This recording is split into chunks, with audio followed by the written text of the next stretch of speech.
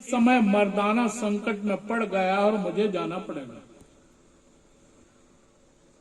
बालक से कहा नेत्र बंद कर, और नेत्र बंद किए, और जिधर कड़ाहा था एक तरफ तो खड़ा हुआ था वो कोना राक्षस मर्दाना को हाथों में लिए हुए, दूसरी तरफ जाकर के सदगुरुदेव खड़े हो गए। बोलिए सदगुरुदेव भगवान की जय। वो जो तेल उबल रहा था एकदम शीतल हो गया, और जैसे ही उसने देखा वैसे ही मर्दाना को छोड़ करके सदगुरुदेव नानक जी के चरणों में पड़ गए, अपने छप्पर में ले गया, छानी में ले गया। सदगुरुदेव नानक जी ने पूछा,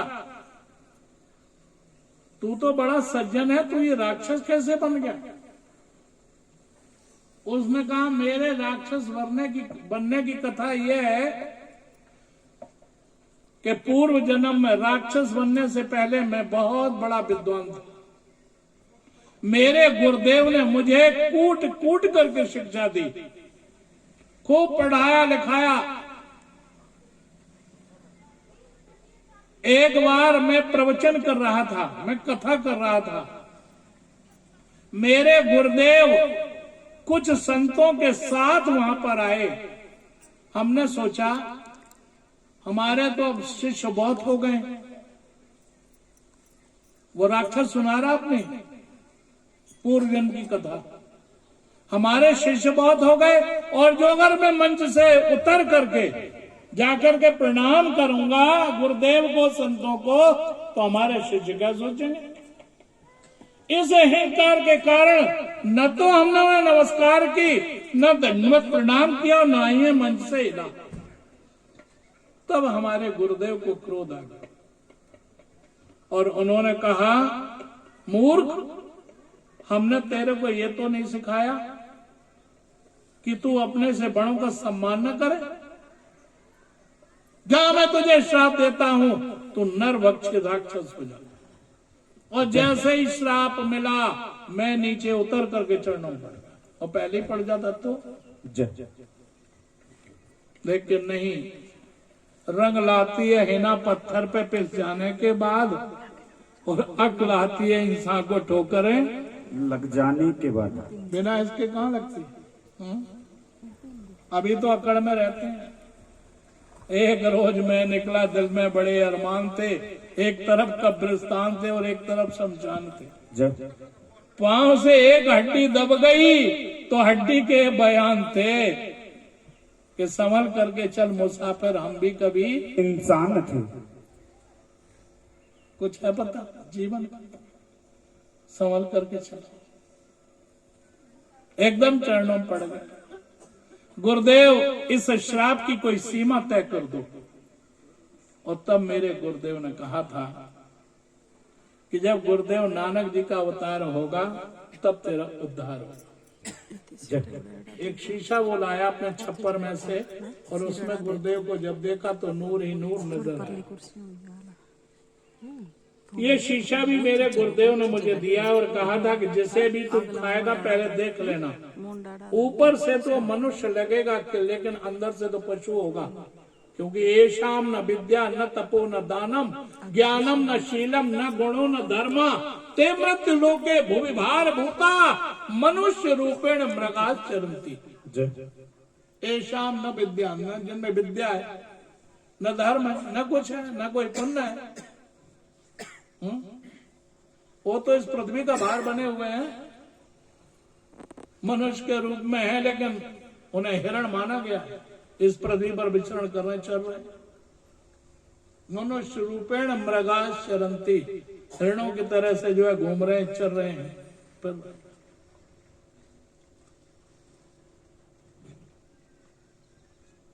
तो दिख रहे हैं लेकिन है नहीं अंदर से। एक शिष्य ने अपने गुरुजी से कहा कि अब तो बहुत दिन हो गए, कुछ बना दो। गुरुजी ने कहा तेरे को मनुष्य बना दिया, और क्या चाहिए? उसने कहा मनुष्य तो मैं पहले से ही था, मनुष्य तो मैं पहले से ही था। उसने कहा नहीं, जा आदम सनाश का पक्षी लेके आ। वो आदम सनाश पक्षी का पर लेकर के आया। गुरुदेव ने कहा जहां राजा है ना, जहां हम बैठते हैं वहां ले जाकर के रखा। तो गुरुदेव और वो और राजा, ये तीन ही मनुष्य समझ में आए। उसमें दिखे पर में, उसमें ये शक्ति है कि वो शीशे की तरफ से बता देता है कौन क्या है। बाकी तो सब डंगर ही नजर आए। हाँ?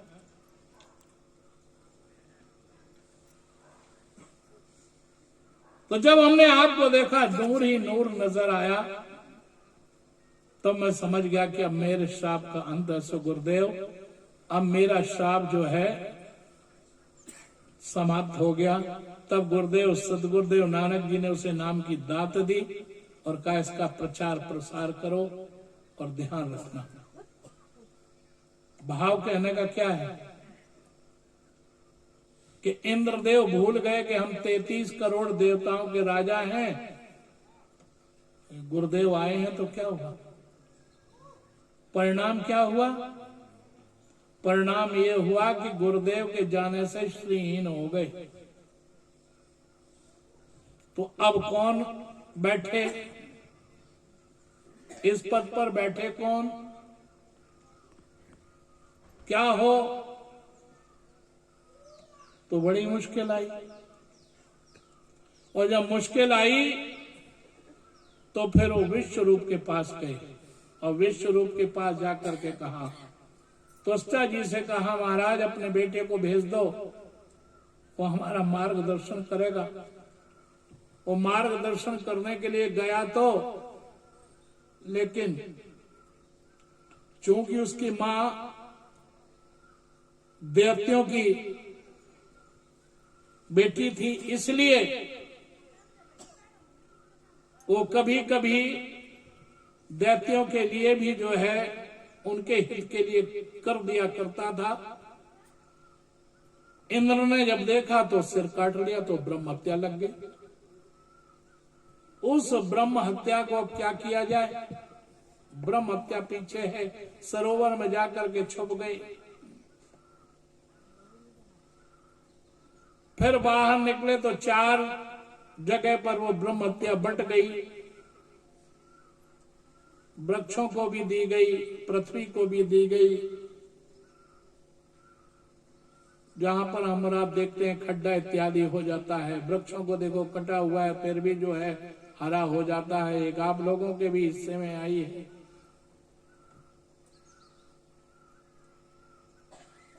तो नहुष को इंद्र बना दिया गया। नहुष इंद्राणी को चाहते थे। देवगुरु बृहस्पति जी वापस आए हैं। जब उन्होंने अपने शिष्य को दुखी देखा तो हमने आपको कहा ना कि जरा तारों से तारे मिला करके देख, क्योंकि गुरुदेव के बिना तो कल्याण है ही नहीं जीव का। तो उन्होंने कह दिया कि यदि सप्त ऋषि आपको पालकी पर मेरे साथ लाएं, मेरे पास लाएं, तो मैं आपको स्वीकार करूं। और सप्त ऋषियों से उन्होंने कहा सर्प सर्प, यानी जल्दी चलो जल्दी चलो। सप्त ऋषियों ने श्राप दे दिया, अजगर हो जाओ। नीचे गिर पड़े अजगर। विश्वरूप के मरने के बाद त्वष्टा ने वृत्तासुर को पैदा किया। इंद्र ने दधीच की हड्डियों को ला करके वज्र उससे जो बना उससे उस वृत्तासुर का संहार किया। लेकिन वृत्तासुर को कोई हर्ष नहीं हुआ, विषाद नहीं हुआ। परीक्षित जी ने पूछा वो क्यों? परमहंस जी ने कहा क्योंकि वो पूर्व जन्म में एक राजा था, चित्रकेतु नाम का राजा था। उसके बहुत रानियां थी, पुत्र कोई था नहीं। एक बार अंगिरा ऋषि आए, अंगिरा ऋषि से प्रार्थना की। अंगिरा ऋषि ने बहुत समझाया लेकिन नहीं माने, तो उनके आशीर्वाद से एक पुत्र हुआ।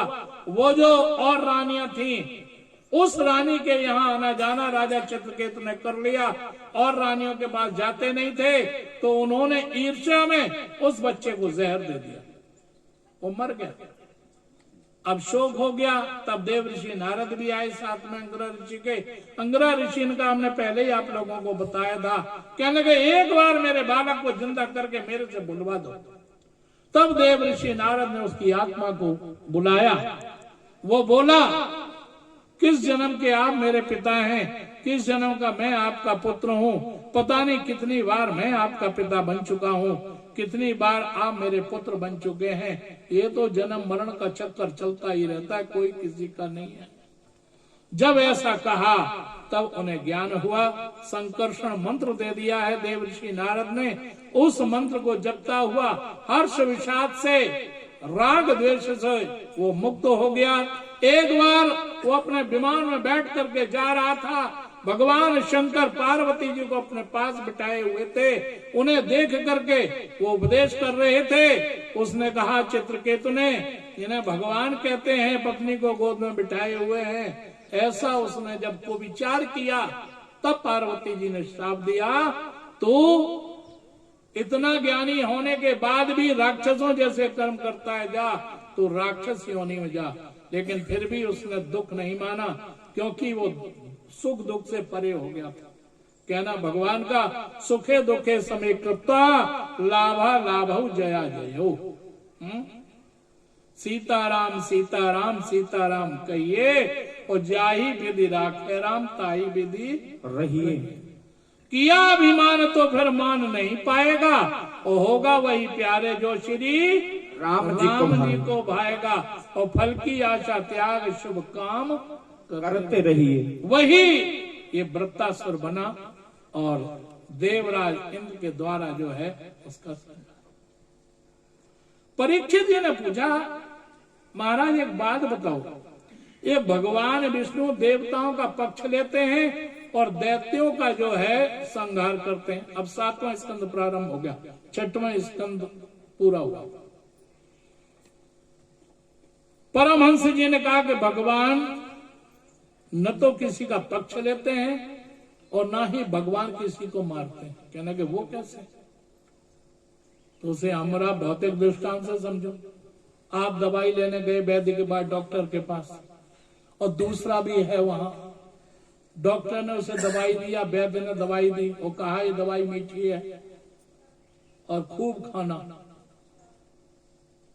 और उसके बाद तुम गए, वैद्य ने कहा कड़वी दवाई है और ये परहेज करना है, खाना नहीं है। अब वो देखने वाला कहे कि डॉक्टर तो पक्षपाती है, एक को मीठी दवाई दी और दूसरे को कड़वी दवाई दी, तो क्या ये सच है डॉक्टर पक्षपात कर रहा? बोलो ना जी। नहीं, उसे तो रोग मिटाना है, चाहे वो कड़वी से मिटे या मीठी से मिटे। तो भगवान भी इसी प्रकार से देवताओं का पक्ष और दैत्यों से विरोध भगवान नहीं करते, उनके कर्म करते हैं। देवता तपस्या करते हैं, सत्कर्म करते हैं, और दैत्य लोग उनके उस सत्कर्म से जुटाई हुई दौलत को लूटना चाहते हैं। ब्रह्मा जी ने निमंत्रण दिया, एक भोज किया देवताओं को, दैत्यों को। दैत्यों ने कहा हम नहीं आएंगे क्योंकि तुम हमें हमेशा हीन समझते हो। कहने लगे नहीं, वो लोग कहें हम पहली पंक्ति में बैठेंगे। तो आप देवताओं को इतनी मान्यता क्यों देते हो?